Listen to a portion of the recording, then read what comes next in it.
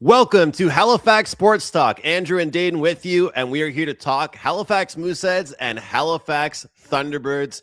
We've been waiting for a weekend like this, and we got a great one. It was a 3-0 sweep for the Mooseheads and Thunderbirds this past weekend, and I was saying to Dayton before the show, it's so much more fun to look forward to a show like this when the local teams are coming off some wins. Dayton, good to see you, man. Happy Monday. Andrew, it is sunny outside. I had to actually kind of open the window. I remember last week I was trying to block the sun. This week I'm letting it all shine in because it's sunny outside. On the drive home from Pat's today, the car said 17 degrees. Ooh, wow. Not bad. Wow. You just absolutely love to hear that. You absolutely love to hear Yeah. that. And you know what? It's kind of starting to feel like playoff time. You know, when the snow is melting, the sun is shining, playoffs across multiple sports and especially in the hockey world. And well, the Halifax Mooseheads this past Friday, it was fan appreciation night as they had their last home game of the year. And of course, it was a home and home with the Eagles. Couple games remain, and then it's playoff time. And fingers crossed we get no more snow in this city. And it just always feels like the second the sun comes out, it's time for playoffs with the Halifax Mooseheads. So 3-0 weekend. Mooseheads win Friday. Thunderbirds win Saturday. Mooseheads win in Cape Breton on Sunday. So what a weekend it was for the local teams. And Dayton, what a weekend it was for our boost as well here on Halifax Sports Talk. We, with the good friends at Coolbet Canada, teamed up. We had the Mooseheads on Friday night, and we had Thunderbirds on Saturday night. And I'll tell you what, both games, very, very sweaty, boosted up to plus 305 odds, and we cashed that ticket. Andrew, that was absolutely insane. The first boost that we've had up on Coolbet, and we were able to cash that with a couple of wins. The first, it's always kind of risky when you have the Mooseheads playing on a Friday and then you have to wait the second day, and the bet is kind of stuck together with those two games on different days, and you're like, well, if I bet the Mooseheads tonight and they lose, then I'm sitting there and I'm like, well, what do I have to do with the Birds?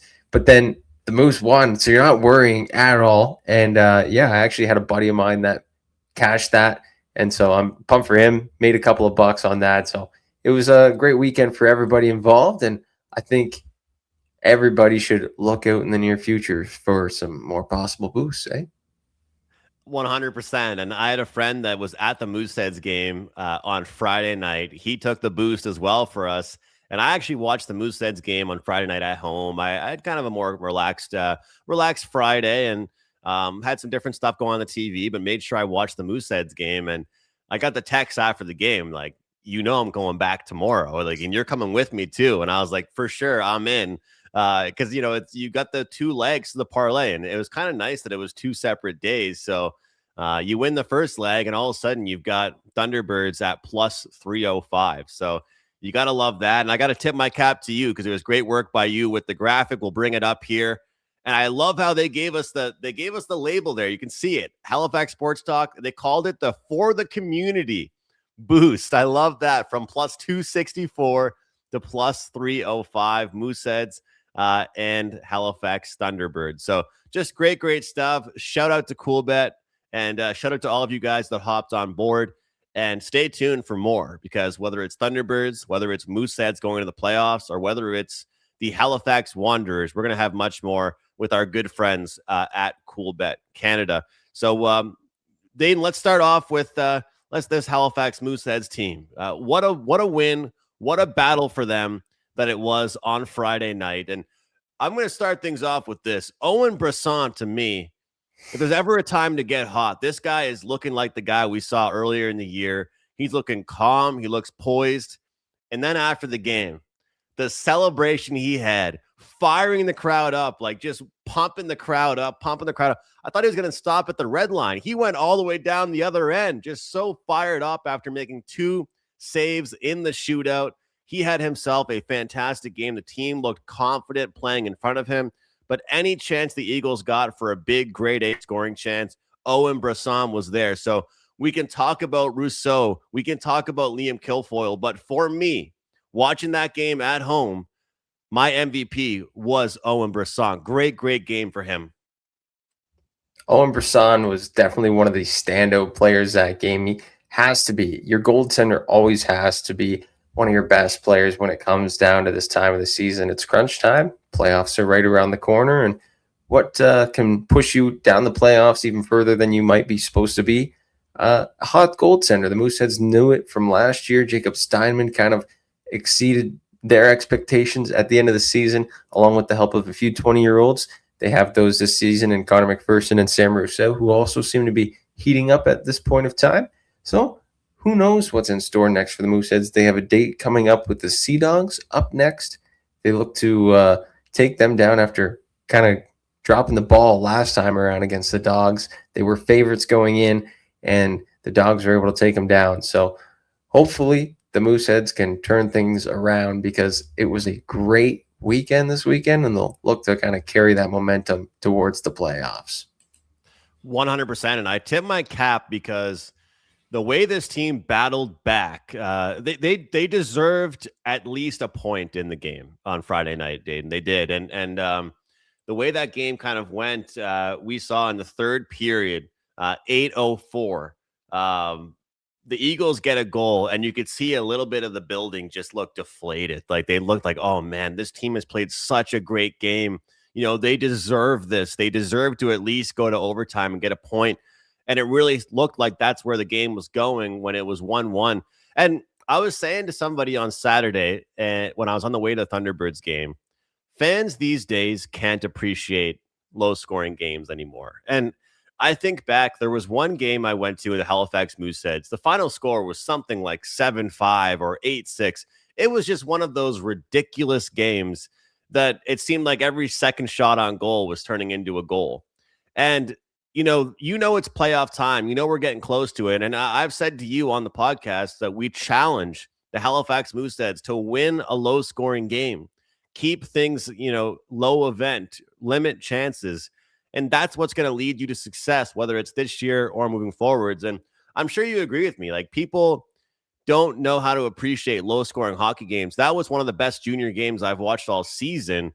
And it was 1-1 for a majority of the game. So, you just got to love it. Samuel Rousseau opens the scoring, and then he goes ahead and says, you know what, I'm going to tie things up, send it to overtime. And, oh, yeah, let's not forget, he scores a goal in the shootout as well. So the guy technically had 3 goals on the night. And as I mentioned, Owen Brisson stopping 2 of 3 in the shootout. So great stuff from him.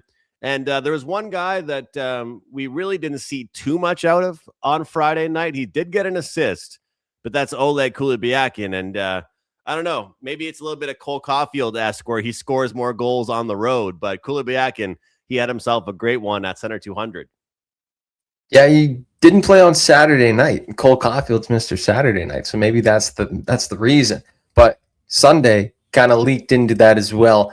You go to the center 200, and you're kind of almost at like the end of the world, right? You're in Cape Breton, and you're like, man, there's not too much around. It's almost like being in Yarmouth.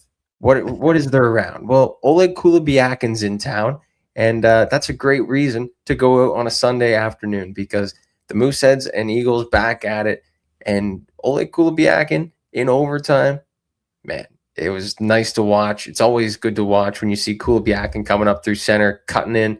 He had a nice pass into the slot and made no mistake. That's just about it. Kulibiakin in overtime is almost a lock every time he touches that puck, and he's fun to watch. I'm very glad the Mooseheads picked him up in the import draft this season.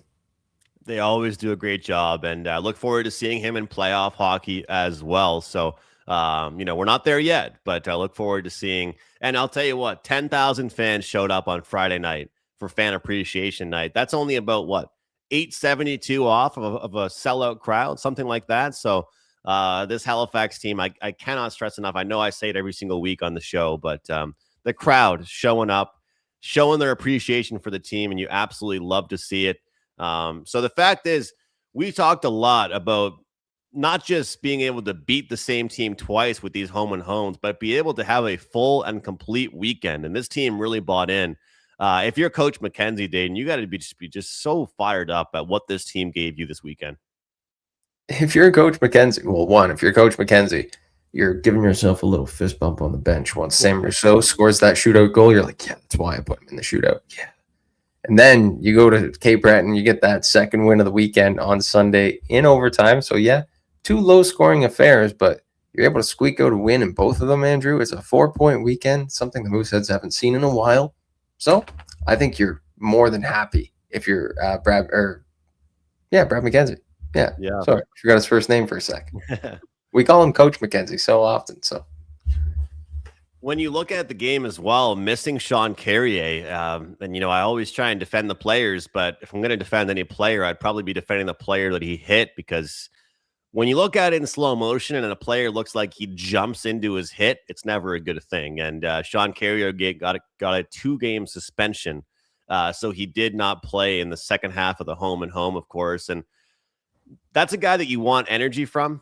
There's no doubt about it. You want energy. You want that spark plug. You want a guy who's going to bring the energy. But kind of reminds me of what's going on a little bit with the Pittsburgh Penguins right now with Evgeny Malkin, with that careless play that he made. You got to make sure you got all hands on deck. You need all your players to be on the same page. You don't want to lose a player.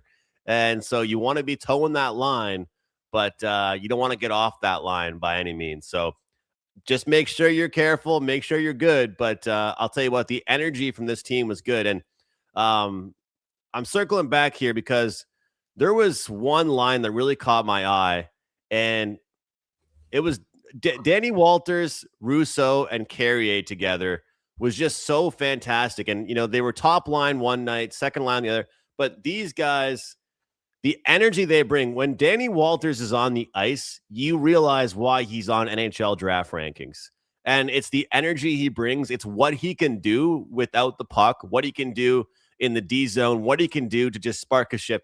Like, if you're a scout and you're in the building, you know that those guys are all on the ice. Like, the energy that they bring. And, some people think that's not a real factor, but it most certainly is, because you need to give your star players, your goal scorers, a rest. Not that those guys aren't goal scorers, of course, because all of them are, but you need everybody in the building to know, hey, we're out here to create some energy, to stir things up a bit. And I just thought, watching that game, whenever those guys were out there, the other team had to check the game notes, as they say on Barstool, because they had to make sure they knew who was out there. Yeah, Danny Walters is always one of those guys that can, Andrew, players when you're 17, 18, that's when you kind of start to like learn your role. And when Danny was with the Halifax Max, he was more of a scorer than he was of like an energy guy. But then he was coming into the queue once he got drafted. He kind of knew that he had to switch roles if he wanted to be effective in a junior league at a young age. And that's what he's learned to do. And he's also kind of been able to put a couple pucks in the back of the net as well. But he has been a good, effective third line, like energy style type guy. And that's exactly what I see him growing into if he does get to the NHL one day. And that's a player you want in your lineup for the playoffs. I mean, think about playoff hockey. You think a guy like that fits right into to playoff hockey. So 2-0 weekend for the Halifax Mooseheads. We'll have the weekend preview for you guys on Thursday, of course. If you're enjoying the show, if you're listening on Apple, Spotify podcasts, you guys can leave us a 5-star review or check us out on YouTube, on X, on Instagram, Facebook, TikTok. We're here, Halifax Sports Talk. We're posting all kinds of content throughout. We will be covering the U Sports Cup, U Cup in Halifax as well, hosted by the St. Mary's Huskies. And I'll have a couple local teams in that as well. And of course, we're ready to follow the Halifax Wanderers once their season begins.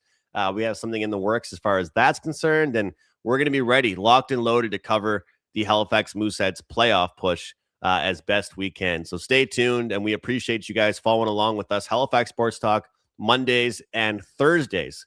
Moving on to the Thunderbirds. We teased it enough, man. This team with a monstrous win, and I'm going to go to it with this. I was at the game. I was fired up, and 6-2, they were down. And I'm thinking, man, I thought the Desert Dogs were supposed to be kind of weak defensively. I thought this was a winnable game. And then they slowly come back. They slowly come back. They slowly come back. And before halftime, Dayton, they cut it to just a 1-goal lead. And after that, it was all Thunderbirds, all second half. They looked fantastic. A great fourth quarter for them. and they just really capitalized on a lot of their chances. And I got to say this, Warren Hill, we've talked about him on the show with Jeremy quite a bit, King of the Hill, as they call him, didn't have the best first half. And all of a sudden, the goaltending was fantastic in the second half with some big saves, leading to some transition goals. Huge win for the Halifax Thunderbirds on Saturday night. First question I have to ask you, Andrew, what was it like? I've never gone to a Thunderbirds or an NLL game myself. What was it like having like the music playing all the time throughout the play and like stuff like that? It's always like something going on. It's continuous. Yeah, when I I love basketball, so basketball is sort of like that, but not as much. So like it's nonstop. Like it feels like a party. I'll tell you, like it's hard not to be there and have a beer in your hand to be fired up to have a good night because but I'll say, like, you know how if you're at a Mooseheads game, you're talking to somebody between whistles or whatever, it's like kind of like your inherent cue when you hear the music stop, you look at the ice. Like that's like, okay, the music. But with this, it never stops. So it's sometimes you're like, oh shit, I should be watching the game right now. But you just like you hear music going on. Because like you always hear that between whistles, offside, penalties, you hear the music going for the Moose games, but then for the Birds, it's just nonstop. But no, it's fun. What I'll tell you is really cool at the games is obviously the cannon goes off for every game, kind of like Columbus Blue Jackets games. But the fireworks, man, they've got like straight up fireworks that like pop off like huge, like it looks pretty cool, like it's really great display. You got the cannon going off, and then they get heave away firing after every goal, and the whole building starts buzzing, just like the World Juniors when they had heave away as the goal song. So, you know, when you score like 12 or 13 goals and you got to heave away playing 13 times, I think this city could hear it 50 times and they wouldn't care. They love it. It's like when they were playing, I think it was Austria or someone or Germany. They played like they won 11 or something, nothing. So yeah, wonderful. But yeah. I was going to say there's been a few games that the Mooseheads have kind of, or not the Mooseheads, the Thunderbirds have been able to like cut it back at half, maybe cut it back within a goal, 2 goals maybe, and not get over the hump and finish the game and get the win. But yeah, this time, I don't know how, but Andrew, maybe it was the lucky charm, Mr. McGinnis in the building, pushed them over the hump, got the, you can't say 2 points in lacrosse because they don't go on a point system. It's just by the record, but it got them to win, and that's what mattered. Pushed them over the Desert Dogs in the standings, and that's one step ahead, one step forward towards making the playoffs. It was cool hearing everybody talking about it, like what this team needs. And all I heard, whether it was friends or a stranger, saying they have to win out. They have to win out. Like it's pretty much win or go home. And, you know, that game in San Diego would have been nice to get, but you got the Calgary game, you got this game, you look forward to next week. It's a home game at the Nest. You put together a good streak. This team is capable of winning. This team is capable. And the thing is, as I talked about it with Jeremy, it's so hard to understand what this team is because a lot of the losses they've had have been like 1-goal losses, 2-goal losses. So yeah, like Dayton, I didn't play lacrosse growing up. I didn't really watch it too much. I had some friends that did, but and we'll have to get to a game together, especially if we can get a playoff game going. But one thing I'll tell you that's funny about lacrosse is that you could come back so fast or you can blow a lead so fast. Like when it was 6-2, like nobody's panicking in the building because that's just how lacrosse goes. But at the same time, you don't want to find yourself in that position too often. But it is funny, like in a matter of like 2 minutes, you could just have like 3 or 4 goals. And I think after the first quarter, though, it was like 1-0 or something like that. So it's very weird that just the way things go, it can be 1-0 and the next minute it can be 8-7. Just the scoring is very sporadic, which is kind of, you know, we had probably more goals in some hockey games on Friday night than we did on the Saturday night Thunderbirds first quarter. But then it goes crazy. But we have a trade to report, and it happened just before we hit record on the podcast here. Let's bring it up because this is a big one here. Fan favorite Tyson Bell, now a member of the Las Vegas Desert Dogs. We also hand over a 2026 first-round pick and a 2027 second-round pick. And the Thunderbirds receive Casey Wilson. Huge pickup for this team. And as much as people are sad to see Bell go, everything that you and I have read so far about Wilson says that he is a guy that deserves a lot of high praise. And of course, looking at where he was drafted, being a top draft pick, he was selected 4th overall in the 2025 National Lacrosse League draft, younger brother of Thunderbirds defender Max, graduate of University of Denver, 60 career games for the Pioneers, totaling 14 goals, 12 assists, 26 points. He was named captain for the program in his senior year. This guy's got a ton of accolades, man. 6'1", 205-pounder, represented Canada at the U21 and senior levels. So playing forward in box, he's also played multiple positions. So this guy, it seems like he's done it all. And I'll tell you what, as much as Tyson Bell was a fan favorite, and you said this, Dayton, before the show with me, if they're trading for a 4th overall pick, let alone someone's brother on the team, which is always nice and very wholesome, this guy's got the accolades. And it tells us, hey, look, we thought this team might be selling the farm and rebuilding, but no, they did the opposite. They traded away some assets and they gained a really great player. Andrew, you know what this tells me? I just did some math while you were speaking there. We just got Caleb Desnoyers.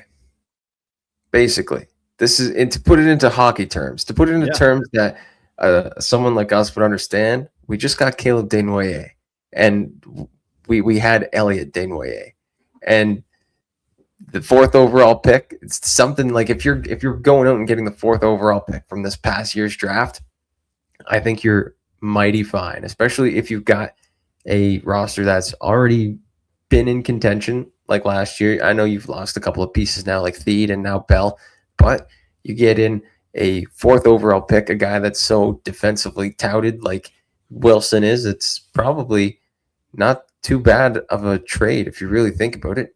I know your buddy texted you and said maybe start the rebuild, but hey, who knows what's going on? Yeah, we thought that, at one point in the season, and, hats off to our guy, Jeremy, who we look forward to talking to on Thursday now, especially, but he remained optimistic. That guy never had anything negative to say about the Birds all year long, really. And hopefully they can prove him right and keep on winning. But you know what? You go out and get a guy like Wilson, and you're almost sending a message to the roster like, hey, we're ready to rock and roll here. And Tyson Bell, fan favorite, a guy everybody liked. And when I watched the game on Saturday night, he eats a ton of minutes. Like, he was out there a lot. But obviously you pick up a guy that was drafted so high in the draft last year. I mean, look, we don't sit here and pretend to know that we know everything about this guy. I was reading about him before the show started. But as fans of sports, you just said the Caleb Desnoyers comparison here. Look at what we just gave up for this guy. I mean, if you are a Halifax Thunderbirds fan, you got to think, we traded away Tyson Bell, a 1st and a 2nd for this guy, Casey Wilson. He must be something really special. 100%. And, I'm thinking I'm right here and I'm like, well, both teams were in town this past weekend. Which restaurant, Andrew, do you think they sat down and got this deal done at? Yeah, because they're reporting it now, but this trade was probably happening in the press box when they were watching the game. Like, you wonder really what happened. Like 100%. you said, go out to dinner, go for a beer, the two managers of the teams, and all of a sudden it gets figured out. So, I'm 100% certain that's like something like that happened. Like, you don't come out and make a trade with someone's brother that just happens to play for your team. You just happen to be in town that weekend and you say, hey, let's announce this trade. It's too much of a coincidence for me. Yeah, too much of a coincidence is right. So the Thunderbirds, they're making moves. They are making moves. They're also winning.